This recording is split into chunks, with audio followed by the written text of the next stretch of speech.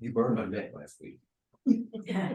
All right, we're continuing our walk through the story of David, and we're in 2 Samuel 17 and 18. This sort of mini theme on the actions of Absalom, David's son Absalom. So we looked at 15 and 16 last Wednesday. We're looking at 17 and 18 tonight. Chapter 17, verse 1.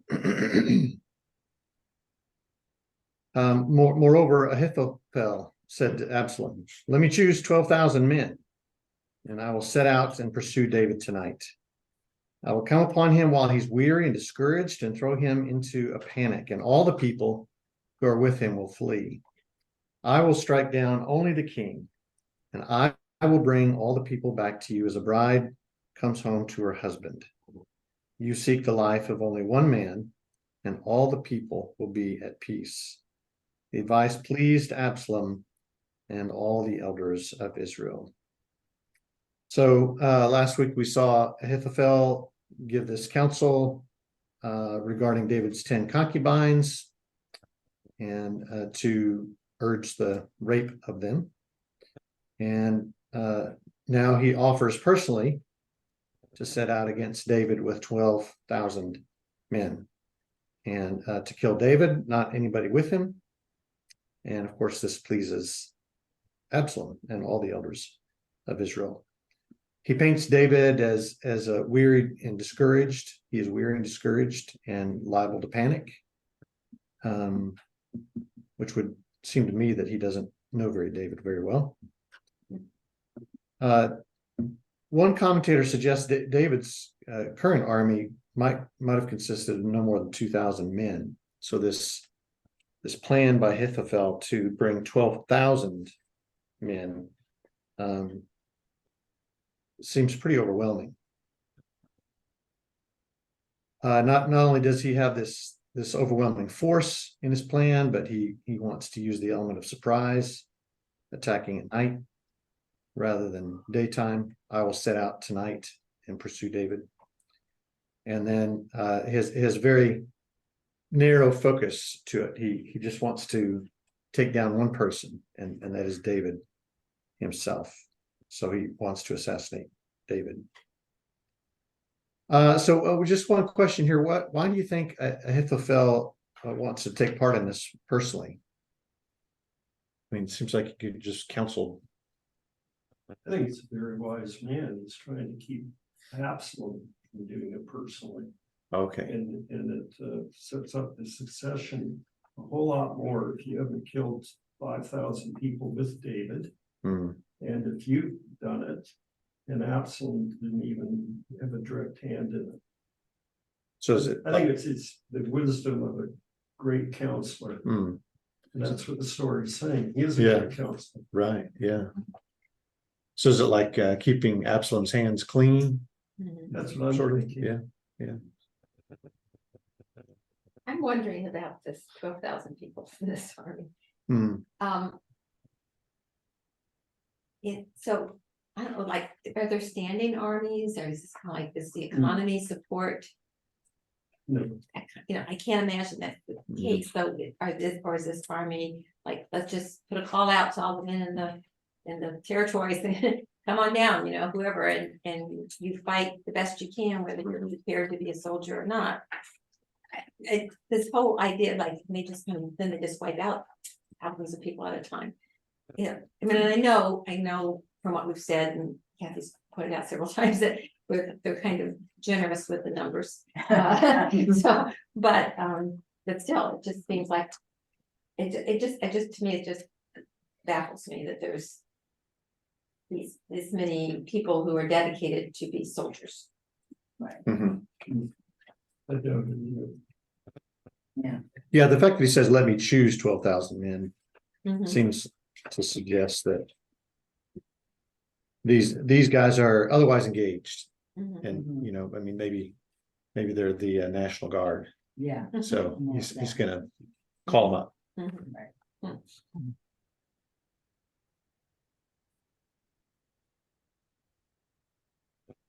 Yeah, good question. Any other thoughts on Ahithophel's direct involvement in this plan to assassinate David. Seems like quite the difference than, like, David didn't want anyone to touch Saul. Mhm. Yeah, there's no sense of, The king's anointed. yeah, yeah. Yeah, that's an interesting contrast. No reservation at all on Absalom's part or Ahithophel's part to kill him. Yeah. Okay, verse 5. So I'm on page 98. Page 98 at the top. Then Absalom said, call Hushai the Archite also, and let us hear too what he has to say. When Hushai came to Absalom, Absalom said to him, this is what Ahithophel has said. Shall we do as he advises? If not, you tell us. Then Hushai said to Absalom, this time the counsel that Ahithophel has given is not good. Hushai continued, you know that your father and his men are warriors, and that they are enraged like a bear robbed of her cubs in the field. Besides, your father is expert in war. He will not spend the night with the troops. Even now he's hiding himself in one of the pits or in some other place.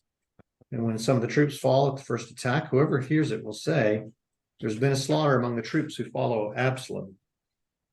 Then even the valiant warrior, whose heart is like the heart of a lion, will utterly melt with fear. For all Israel knows that your father is a warrior, and that those who are with him are valiant warriors. But my counsel is that all Israel be gathered to you, from Dan to Beersheba, like the sand of the sea for multitude, and that you go to battle in person.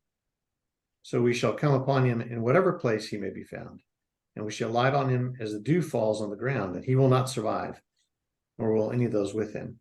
If he withdraws into a city, then all Israel will bring ropes to that city, and we shall drag it into the valley until not even a pebble is to be found there.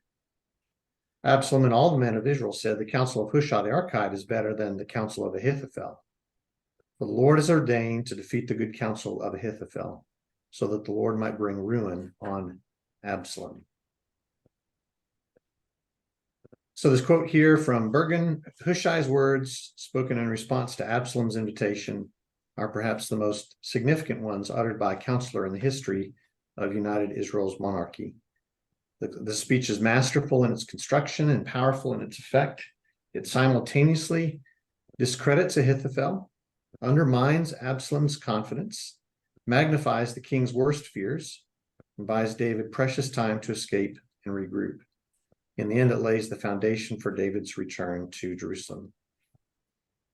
So last week we saw how Hushai is a friend and a spy, planted by David as David's leaving Jerusalem, planted back in Jerusalem by David, and that he was, in essence, the answer to David's prayer to turn the counsel of Ahithophel into foolishness. And so now we sort of see him doing that very thing. So contrary to Ahithophel's proposal, Hushai argues that David is a valiant warrior. He's not going to be weary and discouraged or given to panic, as are those who are with him. And instead of trying to protect the life of Absalom or the reputation of Absalom, Hushai counsels that Absalom should go into battle himself. So as you look at the plan given by Hushai, who is a friend to David, is there anything in that plan that surprises you? Or what do you find in his plan that shows that he really is striving to protect David?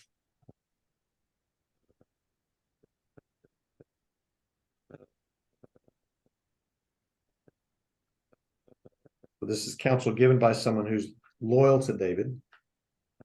Does he propose things that you would think someone that's loyal to David wouldn't? Or what do you see in there that you feel like, okay, I get what he's doing here? Well, he's buying David time, which is always good. Mm-hmm.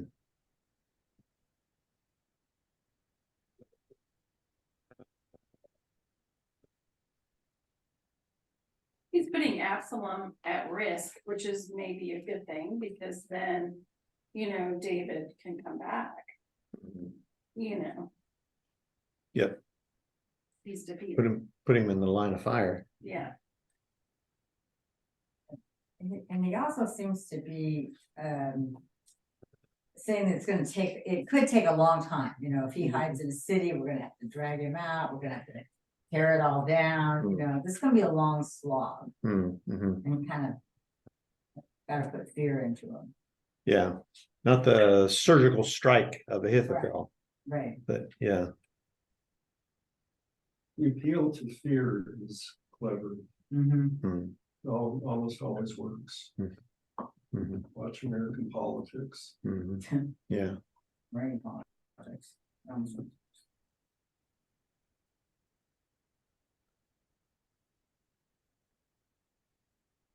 you wonder, how long it took just to do verse 11. Let all of Israel be gathered to you, from Dan to Yeah. Beersheba, like Yeah. sand for the multitude. Yeah. That could have taken forever. Yeah, right.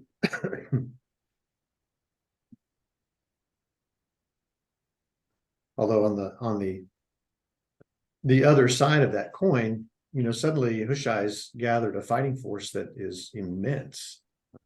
It makes the 12,000 look small, which I don't know, feels like a little bit of a gamble here. How do you feed them? How do you, Yeah, how do you even coordinate that? many how people? do you Mhm. coordinate? He's setting something up that would be actually very difficult to do. Mhm. And that's part of the genius of his double agency, or really his just being David's agent. Yeah, you could always put it off by saying, more people are coming, more. are coming." Yeah, That yeah. sand by the sea for the multitude, and it's very lofty, All right. You always say, we haven't quite reached it yet.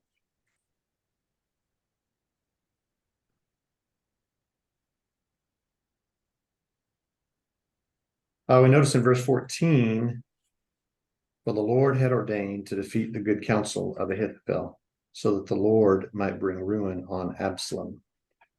So we have the narrator inserting this commentary, saying that what's happening here is God himself is working to defeat Ahithophel, and God himself is working to bring ruin on Absalom. So what do you make of that?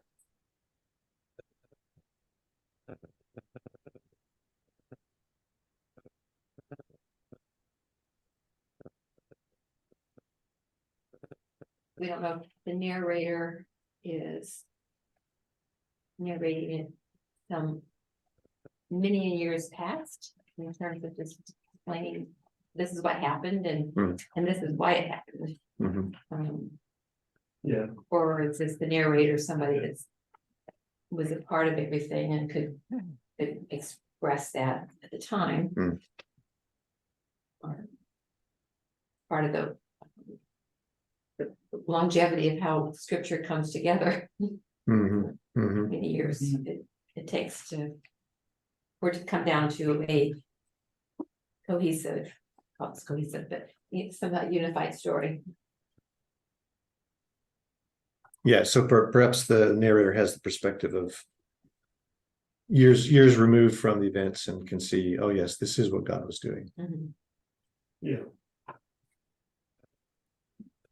I wish he didn't play such games. So it seems to be an elaborate scheme by God. God has to play that kind of game. That doesn't make sense to me. Yeah, I know that's what it says, but gee whiz. yeah. There's it's a little problematic, right? Yeah.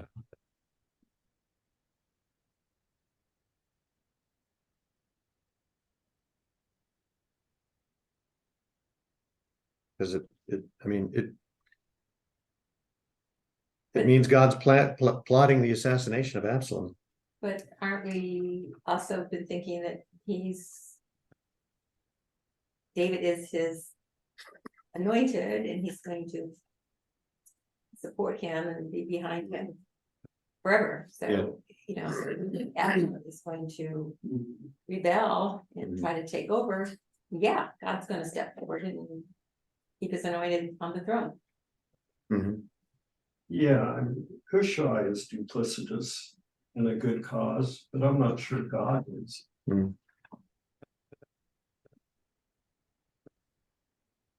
So maybe this is just God upholding his commitment, his steadfastness, his chesed to David. Mhm. I mean, But at the expense of thousands and thousands of other people, you know. Yeah. I'm a fan of God, don't get me wrong, but this, yeah. Yeah, I mean, 20,000 people are about to die. Yeah. Here. So,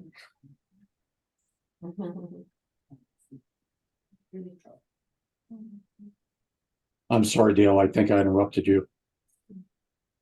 No, I mean, I was saying it's easy to read verse 14 that way because you just listen to that kind of reasoning so well developed by Hushai and doesn't necessarily.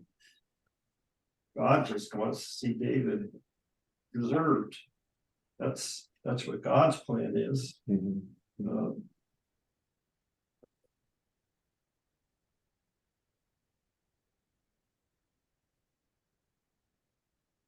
Okay, verse 15. So the bottom of page 98.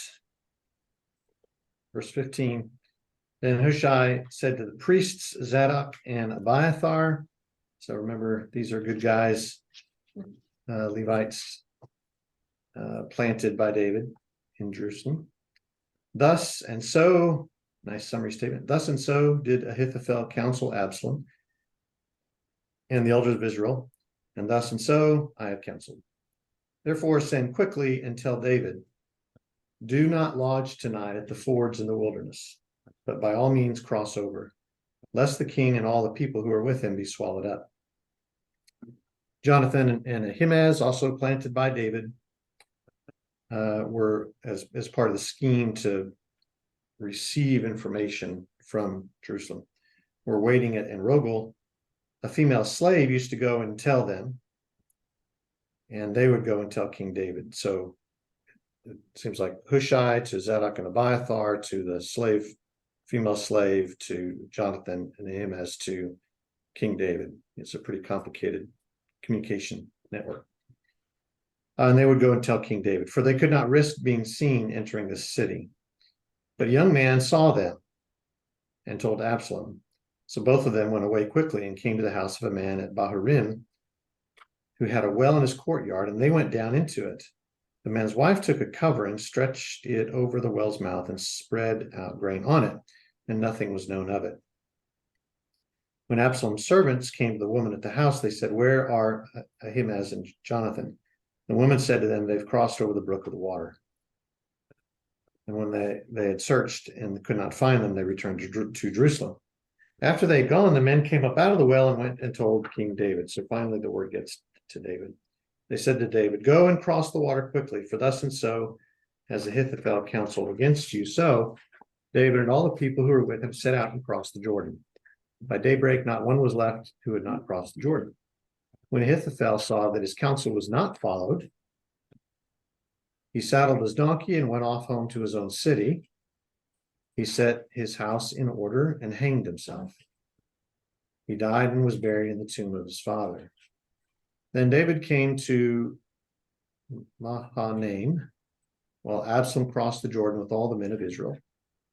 Now Absalom had set Amasa over the army in the place of Joab. Amasa was the son of a man named Ithra the Ishmaelite, who had married Abigail, daughter of Nahash, sister of Zeruiah, Joab's mother. The Israelites and Absalom encamped in the land of Gilead. When David came to Mahanaim, Shobi, son of Nahash from Rabbah of the Ammonites, and Machir, son of Amiel from Lodabar, and Barzillai, the Gileadite, from Rogelim, brought beds, basins, and earthen vessels, wheat, barley, meal, parched grain, beans, and lentils, honey and curds, sheep and cheese from the herd, for David and the people with him to eat, for they said the troops are hungry and weary and thirsty in the wilderness. Let's not have one of the kids read that. That'd be a tough one. Yeah. PJ could do it. That's a tough one. Yeah. Better than. Yeah. So just let's notice this family, last week we noticed several individuals who, as David was retreating from Jerusalem, were helpful and brought comfort. So we've got this family who hides David's informants, probably at risk of their own life. Why do you think this family took this risk? There have to be a lot of loyalty to David out there.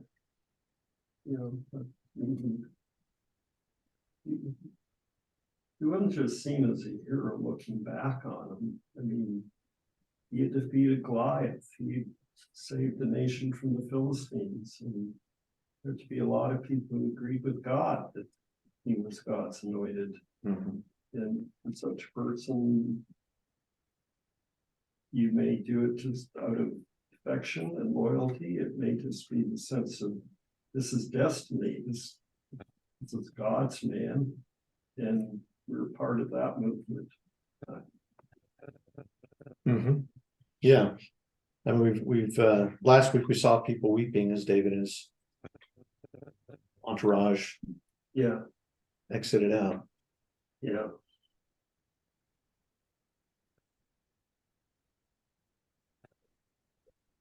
But pretty critical. Had they not done what they did, this word probably would not have reached David, at least not in time to give him the time to escape. So pretty vital. To me, it keeps being pretty impressive how detailed this text is about,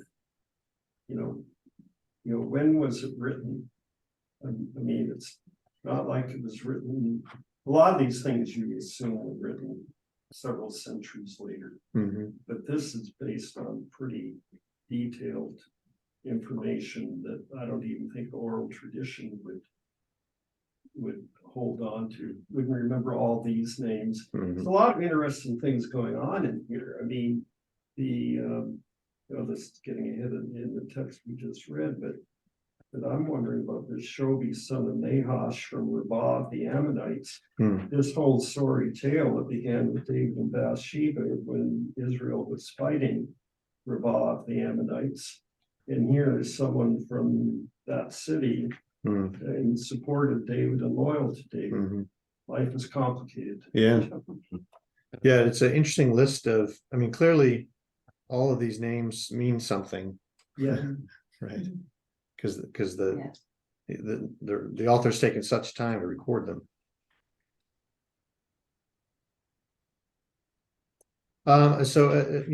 Ahithophel, from what we have read here in the revolution of Absalom, from all I can tell, he's only done two things. He gave the counsel to rape David's concubines, and Absalom loved that idea. And then he gave the counsel to his plan for the war against David, and it got turned down. So he goes home and kills himself. So what That do you, seemed a little extreme. yeah, right? What do you think the narrator's trying to tell us about Ahithophel? Well, he might be feeling that not only was my plan dismissed, maybe I will be dismissed as well. And therefore, maybe I'm in trouble. So I'd rather take my own life than be whatever. I'll have some control over my death, so someone else's control. Is it also a foreshadowing of Judah's story? They both betrayed, right? Plotted and betrayed. Right. Yeah. Yeah. And I think the detail that he rode a donkey home is basically saying, I'm going home the loser. Hmm, Mhm. hmm. Yeah. I guess I do wonder, so much is made about how David and Absalom seem to value his counsel, that maybe his whole sense of worth is wrapped up in I am the counselor. Mhm. I am the one whose plans people love. And so at the first hint that that's no longer the case, it's like his whole sense of self is so devastated that he can't even, Mhm. it's not worth living. Mhm. Which, I mean, if that's the case, we don't know for sure, but if that's the case, I mean, that resonates Mhm. today. But if Absalom's going in a different direction, and there's no going back to David at this point, he's Yeah, playing his yeah, bridges on both right. ends. Yeah.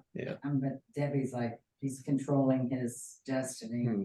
because once you've decided to rebel against the king, your options are kind of limited. Either it's gonna be successful or you're dead, Mhm. especially if you're a leader, Well, so it's like what's happened in Russia. Yeah, exactly. His plane was gonna blow up. Yeah. Something. Oh, Right. yeah. And he's really soiled himself with going to the king's concubines. I mean, in some ways, I guess that's just politics of the time. Prove you're the king by taking the former king's concubines. Mm. It's pretty shabby. Yeah.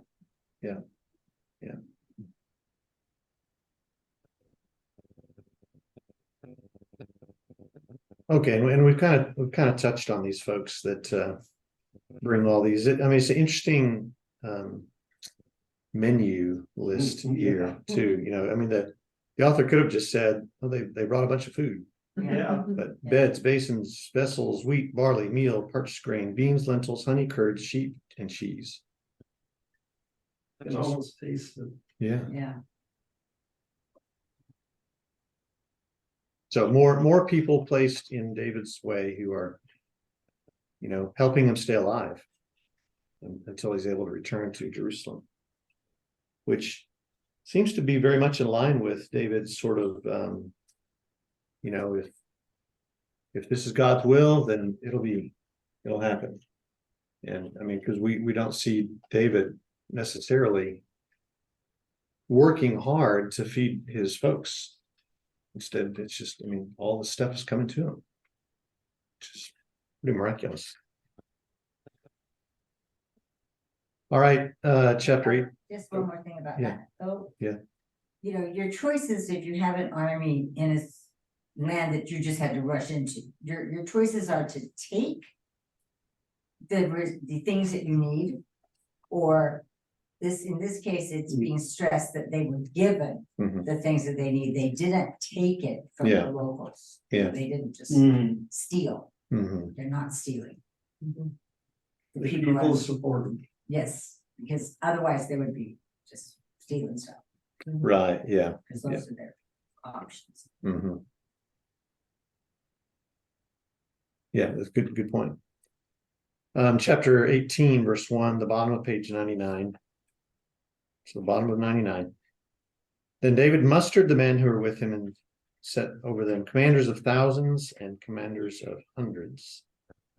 And David sent forth the army, 1/3 under the command of Joab, 1/3 under the command of Abishai, son of Zeruiah, Joab's brother, and 1/3 under the command of Ittai the Gittite.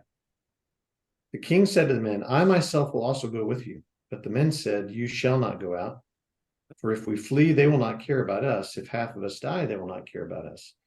But you are worth 10,000 of us. Therefore, it is better that you send us help from the city. The king said to them, whatever seems best to you, I will do. So the king stood at the side gate while all the army marched out by hundreds and thousands. The king ordered Joab and Abishai and Ittai, saying, deal gently for my sake with the young man Absalom. And all the people heard when the king gave orders to the commanders concerning Absalom. So the army went out into the field against Israel, and the battle was fought in the forest of Ephraim. The men of Israel were defeated there by the servants of David, and the slaughter there was great on that day, 20,000 men. The battle spread over the face of all the country, and the forest claimed more victims that day than the sword. Absalom happened to meet the servants of David. Absalom was riding on his mule, and the mule went under the thick branches of a great oak. His head caught fast in the oak, and he was left hanging between heaven and earth, while the mule that was under him went on. A man saw it and told Joab, I saw Absalom hanging in an oak. Joab said to the man who told him, what? You saw him. Why then did you not strike him there to the ground? I would have been glad to give you 10 pieces of silver and a bell. But the man said to Joab, even if I felt in my hand the weight of 1,000 pieces of silver, I would not raise my hand against the king's son. For in our hearing the king commanded you and Abishai and Ittai, saying, for my sake protect the young man Absalom. On the other hand, if I had dealt treacherously against his life, and there is nothing hidden from the king, then you yourself would have stood aloof.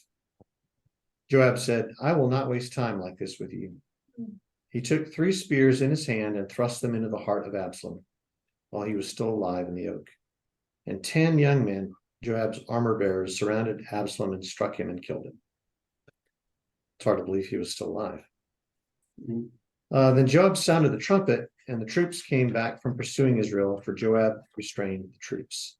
They took Absalom, threw him in a great pit in the forest, and raised over him a very great heap of stones. Meanwhile, all the Israelites fled to their homes.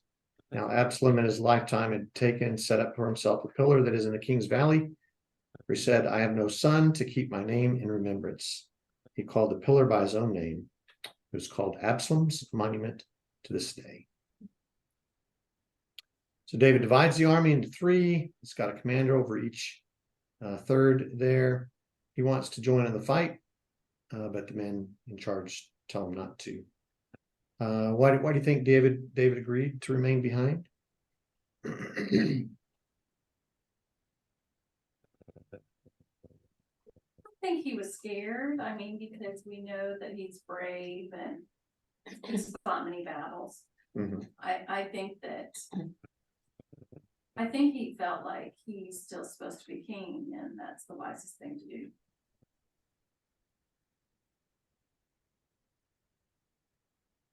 I get a little lost in the geography of this, so Absalom and his people are in Jerusalem. David has fled, so where is David, what city is he coming out of?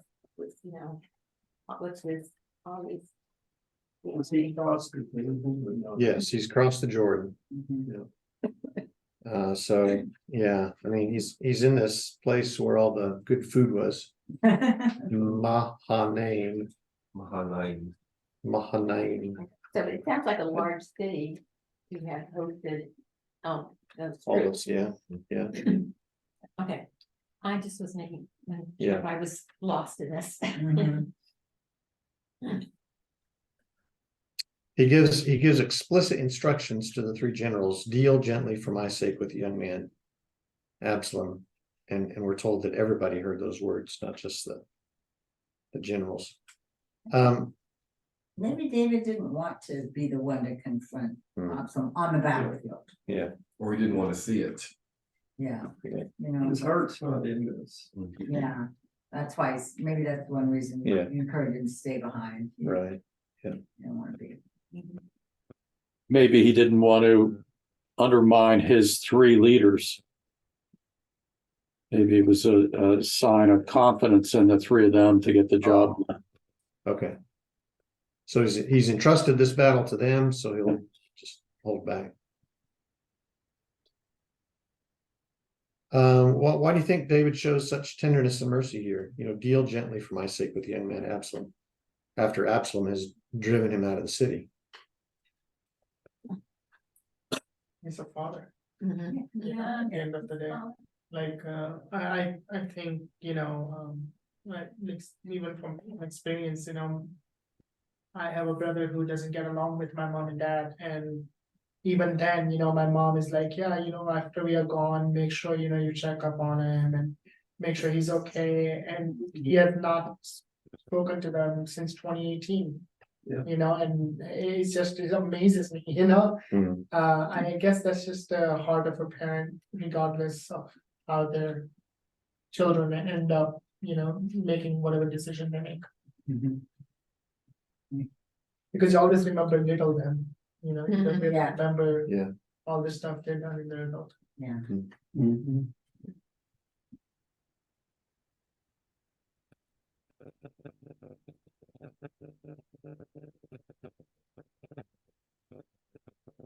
The three armies and the forest. It's an interesting statement there. Take the lives of 20,000 of Absalom's army. It almost feels like an enchanted forest. Disenchanted. Disenchanted. Yeah. Yeah, really.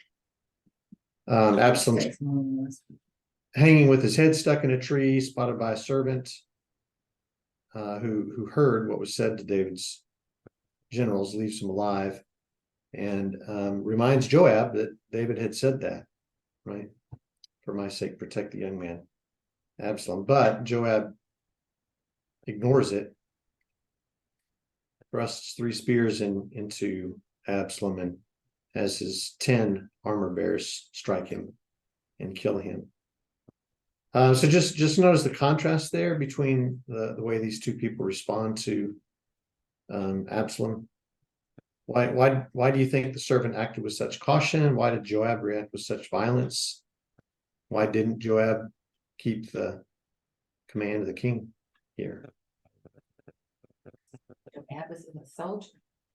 He kills people. Mm. That's his identity. That's his training. That's what he does. Mhm. Kind of like a surgeon cuts. Yeah. He kills. The soldier kills. Yeah. And I think he keeps thinking David doesn't know what's best for him, and I do. Mhm. It's a sort of sad story, because by the time you get into First Kings, basically, as I recall, David leaves sort of mafia instructions to do not let Joab's head go down to the grave of peace. Mm. Just sort of obliquely, but it sounds like a Don telling, Right. you know, Yeah. and which after, all that Joab's done for him, he's killed Abner, he's killed somewhere in here, he kills Amasa, right? And he kills Absalom. But he does David's business. Yeah.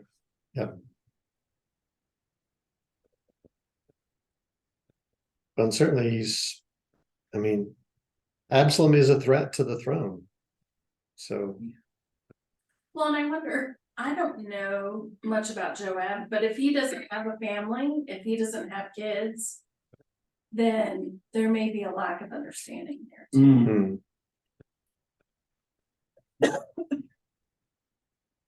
He can't empathize with that. That king's too soft-hearted.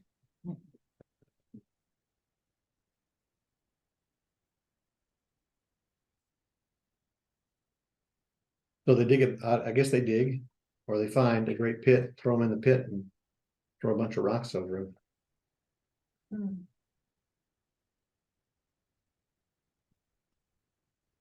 All right, David hears of Absalom's death. On the bottom of page 100, the bottom of 100, verse 19. And Ahimaaz, son of Zadok, said, "Let me run and carry tidings to the king, that the Lord has delivered him from the power of his enemies." Joab said to him, "You are not to carry tidings today. You may carry tidings another day, but today you shall not do so, because the king's son is dead." We might just notice that Joab is very explicit to Ahimaaz that the king's son is dead. Then Joab said to a Cushite, "Go tell the king what you've seen." The Cushite bowed before Joab and ran. Then Ahimaaz, son of Zadok, said again, "Joab, come what may, let me also run after the Cushite." And Joab said, why will you run, my son, seeing that you have no reward for the tidings? Come what may, he said, I will run. So he said to him, run. Then Ahimaaz ran by the way of the plain and outran the Cushites. Now David was sitting there between the two gates. The sentinel went up to the roof of the gate by the wall. And when he looked up, he saw a man running alone. The sentinel shouted and told the king. The king said, if he's alone, there are tidings in his mouth. He kept coming and drew near. Then the sentinel saw another man running, and the sentinel called to the gatekeeper and said, see, another man running alone. The king said, he is also bringing tidings. The sentinel said, I think the first one runs like Ahimaaz, son of Zadok. He must have had a very distinct run. The king said, he is a good man and comes with good tidings. Then Ahimaaz cried out to the king, all is well. Dale's Facebook post, all is well. He prostrated himself before the king with his face to the ground and said, blessed be the Lord your God, who has delivered up to the men who raised their hand against my lord the king. The king said, is it well with the young man, Absalom? And so notice the lie here. Ahimaaz answered, I saw a great tumult when the king's servant Joab went sent to your servant, but I do not know what it was. The king said, turn aside and stand here. So he turned aside and stood still. Then the Cushite came, and the Cushite said, good tidings for my lord the king. For the Lord has vindicated you this day, delivering you from the power of all who rose up against you. The king said to the Cushite, is it well with the young man Absalom? The Cushite answered, may the enemies of the Lord my king and all who rise up to do you harm be like that young man. The king was deeply moved and went up to the chamber over the gate and wept. And as he went, he said, oh, my son Absalom, my son, Absalom, would I had died instead of you, O Absalom, my son, my son.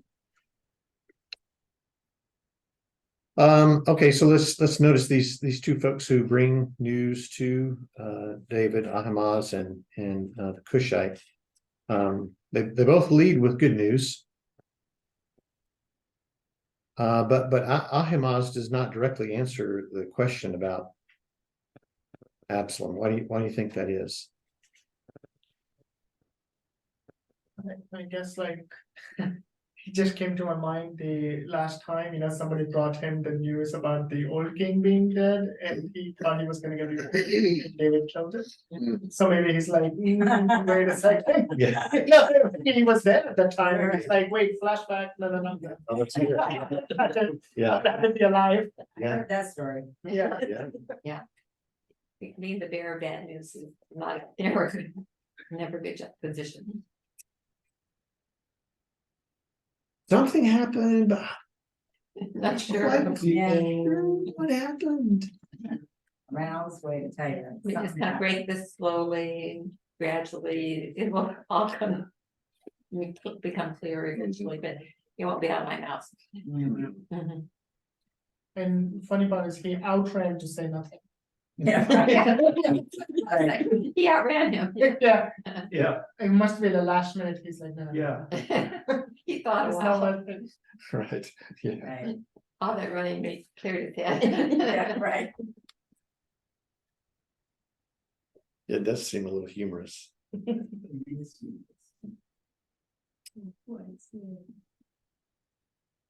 And even the Cushites' answer to the question is it's not quite explicit. May the enemies of my lord the king and all who rise up to do you harm be like that young man. Mhm. I mean, he doesn't just come right out and say, well, Joab thrust 3 spears in his heart and 10 of his arm bearers struck him and killed him. Does soften the bed a little bit. You can't soften that. And they threw him in a pit and covered it with rock. Right. Right. Majesty. Yeah. He won't built. There's a backstory on the Ahimaaz, not that we're given it. But I mean, he's one of the two that is the messenger. Yeah. Who spends time in the well, is saved by the people then. Joab's kind of like, oh, I'm not sure you should do that. You know, you should be the messenger. This is not, people care about him. Mhm. We don't know why. But he's a person to be reckoned with. So maybe Joab was protecting him? Yeah, that's why Yeah, it sounds that's like, interesting, yeah. no, I'm let somebody else do that. There's no thanks in this. Yeah. So the Cushite is not an Israelite. Right, that a non-Israelite hears this message. Yeah, with no name, Yeah, just a nameless stranger. That actually is very insightful because that just shows in case if he gets killed, at least it's not Israelite who died. Yeah. Right, and so complete. What do you think we're supposed to learn from about or from David in terms of the grief that he shows here in verse 33? What do you think the narrator's hoping us to get from that? well, we know what Joab thinks we're supposed to learn.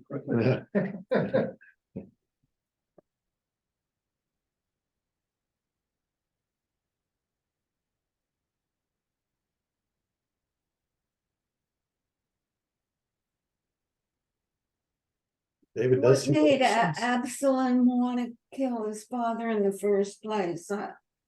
Why did he want to kill his father? Because he wanted to become king? Is that it? I guess so, yeah. Well, in the redeeming or avenging the shame of the sister's rape. Yeah. Yeah, so perhaps it's rooted in the perhaps it's rooted in the hatred that Absalom has toward David because David did not bring justice to Tamar. Yeah. Right. Yeah. I think, his mourning Absalom is, I think it ties with all of the complicated feelings of every parent who's had a child that, rebelled, went down the wrong way. How, God mourns the people that go down the wrong way. David mourns it's a very humanizing thing. Yeah. It's what we're missing in like the Cain and Abel story. You don't have the parents' response to that at all, which always kind of bugged me. But it's a very human thing. And there's just so much complicated in there. David had behaved differently. If Ammon had been different, if they hadn't been kings, if I hadn't been king, would my son have done? There's just a lot in there. Mm-hmm. And also I believe it's a reminder for him for everything that happened with Bathsheba and the prophecy that Nathan had. Right. That Saul will never depart your house. So this is like live example of Saul literally taking one by one his children. Maybe I'm confused. So Elaine brings up the question why, and we say maybe it's because David is slow to seek revenge for the rape of King, and Absalom is upset about that because Tamar is Absalom's sister. Does that make Tamar David's daughter? Yeah. Well, why isn't he upset about what happened to his daughter? He's the father. When the linear thing is like, because he didn't want to punish His the oldest, son that did it. his oldest. that was Yeah. Those are the- okay. They probably all had It's all different the mothers. Like Yeah, they probably all have, but. And she was just a woman. Well, yeah, but raping in the Old Testament is terrible because Right. it's an offense to the owner of that Yes. woman who was Right, raped. it does have. And the big punishment. father or the brother or whatever, but whoever the owner of this woman is. Right. Right. Okay, Do we know if Absalom and Tamar, did they have the same mom? I mean, were they full siblings? Cause it was a half brother that raped Tamar. So were Absalom and Tamar maybe full siblings, same mom? You probably can't prove it, but given that Amnon is a half. We suspect Absalom. Yeah, Oh, that's my suspect. But I mean, what the story shows is that many times. David, unlike a lot of kings in that time, has a soft spot. He has a soft spot for Absalom. He has a soft spot for Saul. If you. Yeah. If you're not the Might husband be of too smart. Bathsheba, he's has soft spots for people. Right, yeah. Okay, we'll end it there. Thank you, everybody. Thank you, Chris. Sweet dreams, everybody. John, good to see all of you. Good night. Same one. God bless you. That's Yeah. what Kathy just said too. So it is.